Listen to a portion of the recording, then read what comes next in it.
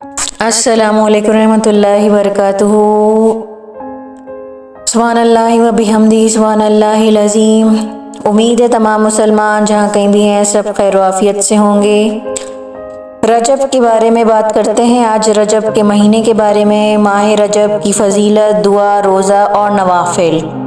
आपको पता है, तमाम मुसलमानों को ये बहुत अच्छी तरीके से पता है, रजब एक इस्लामी महीने का नाम है जो इस्लामी कैलेंडर का 7वां महीना है। अल्लाह ताला ने रजब को उन 4 महीनों में से एक है जो अल्लाह ताला ने हुर्मत वाले महीनों में से उसको करार दिया है। और रजब के महीने में ही शब महराज का वाक़या भी पेश आया था।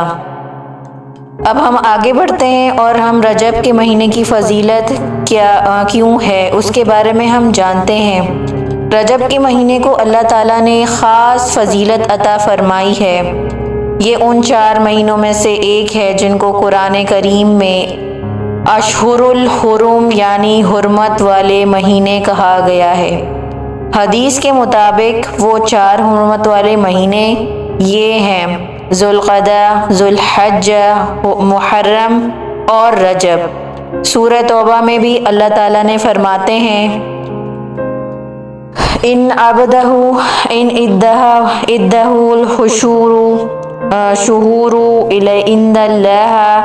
और आगे ये पूरी सूरत है सूरह तौबा की, जिसको मैं पूरा नहीं पढ़ रही हूँ। इसका मफ़हूम ये है, हकीकत ये है कि अल्लाह के नज़दीक महीनों की तादाद 12 हैं, जो अल्लाह की किताब यानी लौह महफूज के मुताबिक उस दिन से नाफिज चली आती है जिस दिन अल्लाह ने आसमान और ज़मीन को पैदा किया था। इन 12 महीनों में से 4 हुर्मत वाले महीने हैं, यानी यही दीन का सीधा तकाज़ा है।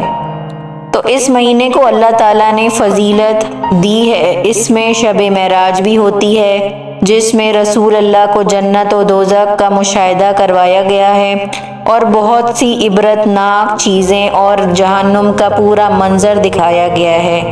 और रसूल अल्लाह सल्लल्लाहु अलैहि वसल्लम को यहाँ पर जब हुजूर सल्लल्लाहु अलैहि वसल्लम गए थे तो आपको पता है कि पहले 50 नमाजें, उसके बाद आहिस्ता आहिस्ता करके वो वापस जाते रहे और फिर 5 नमाज़ों का तोहफ़ा दिया गया। जो शख्स इस महीने में नेकियों का एहतमाम करे और गुनाहों से बचता है, अल्लाह ताला बाकी पूरा साल भी उसको नेक अमाल की तौफीक अता फरमा देते हैं। इसलिए रजब के महीने में हिम्मत करके ज़्यादा से ज़्यादा इबादत करनी चाहिए। रजब का चाँद देखकर आपको पता है ये दुआ करनी चाहिए, अल्लाहुम्मा अदखिलहु अलैना बिल अमनी वल ईमानी वस्सलामती वल इस्लामी व रिदवानी मिनर रहमानी व जवारिन मिनश शैतानी। तो हमें ये दुआ पढ़नी चाहिए। उसके बाद हुज़ूर सल्लल्लाहु अलैहि वसल्लम जो है ये दुआ मांगते थे, अल्लाहुम्मा बारिक लना फ़ी रजब व शाबान व बलगना रमदान। तो इसका है कि अल्लाह हमारे रजब और शबान में बरकत अता फरमा और हमारे रमज़ान तक हमें पहुँचा दे। तो हर मुसलमान की ख्वाहिश होती है वो अपनी ज़िंदगी में ज़्यादा से ज़्यादा रमज़ान को देखे और अल्लाह ताला का कुर्ब हासिल करने की कोशिश करे। माह रजब में रोज़ा रखने की बहुत ज़्यादा फजीलत है, क्योंकि हुज़ूर सल्लल्लाहु अलैहि वसल्लम की ये सुन्नत है। जैसे कि बयान किया गया है कि रजब में के महीने में इबादत, नवाफिल और नेक कामों को खूब एहतमाम करना चाहिए। रसूल अल्लाह सल्लल्लाहु अलैहि वसल्लम का मामूल था कि रजब के महीने में वो कसरत से रोज़ा रखा करते थे। तो हमें भी इस महीने में रोज़ा रखने की बहुत ज़्यादा फजीलत है और इसके सवाब भी बहुत ज़्यादा है। लेकिन अगर आप बहुत ज़्यादा गलतियाँ गुनाह करेंगे तो उसको भी जो गुनाह है उनका भी बार बहुत ज़्यादा बढ़ जाएगा। एक मर्तबा सहाबी ने रसूल सल्लल्लाहु अलैहि वसल्लम से पूछा, रोज़ा रखने के मुताल्लिक़ पूछा, तो आपने फरमाया हुर्मत वाले महीनों में रोज़ा रखा करो, यानी कि हुर्मत वाले महीनों में। इसलिए रजब में रोज़ा रखना तमाम उल्मा के नज़दीक सुन्नत है और फजीलत का अमल है।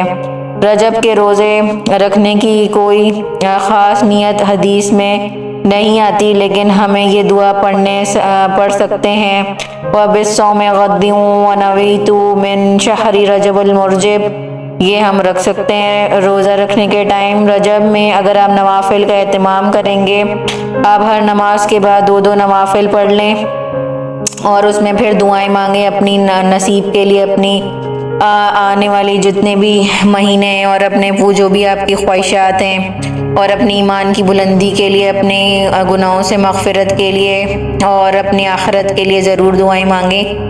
اس طرح رجب کے مہینے میں نوافل کو بھی خاص اہتمام کرنا چاہیے۔ اس کا تمام نوافل عبادت یعنی تہجد، اشراق، چاش، اوابین، صلاۃ التسبیح وغیرہ حسب توفیق پڑھنا چاہیے۔ لیکن یہ سمجھ لیں کہ یہ رجب کی نماز کوئی الگ سی نہیں ہوتی، بلکہ رجب کی نماز، یہ نوافل بھی ویسے ہی پڑھے جاتے ہیں جیسے عام آپ باقی مہینوں میں پڑھتے ہیں۔ اس لیے اگر کسی کتاب میں رجب کے نوافل کا کوئی خاص طریقہ لکھا ہے، یہ اس کی کوئی الگ فضیلت بیان کی گئی ہے، تو وہ غلط ہے۔ بس اتنی بات حق اور سچ ہے کہ رجب میں نوافل عبادت، نماز، روزہ، صدقات وغیرہ خوب کرنا چاہیے۔ کوئی خاص طریقہ اپنی طرف سے بنانا صحیح نہیں ہے، اور وہ بدعت میں آتا ہے، اور بدعت کا کوئی ثواب نہیں ہوتا۔ کوئی خاص طریقے اپنی طرف سے نہیں بنا سکتے، بلکہ جب موقع ملے عام نمازوں کو اس طرح رجب میں بھی نوافل پڑھ سکتے ہیں۔ اللہ تعالی ہمیں اس مبارک مہینے کی قدر دینے کی توفیق عطا فرمائے، نصیب فرمائے، اور رمضان المبارک ہم سب کو عطا فرمائے، آمین۔ اور آپ مجھے دعاؤں میں یاد رکھیں، اور میرے چینل کو لائک کریں، سبسکرائب کریں۔ جزاک اللہ خیرا کثیرا۔ السلام علیکم ورحمۃ اللہ وبرکاتہ۔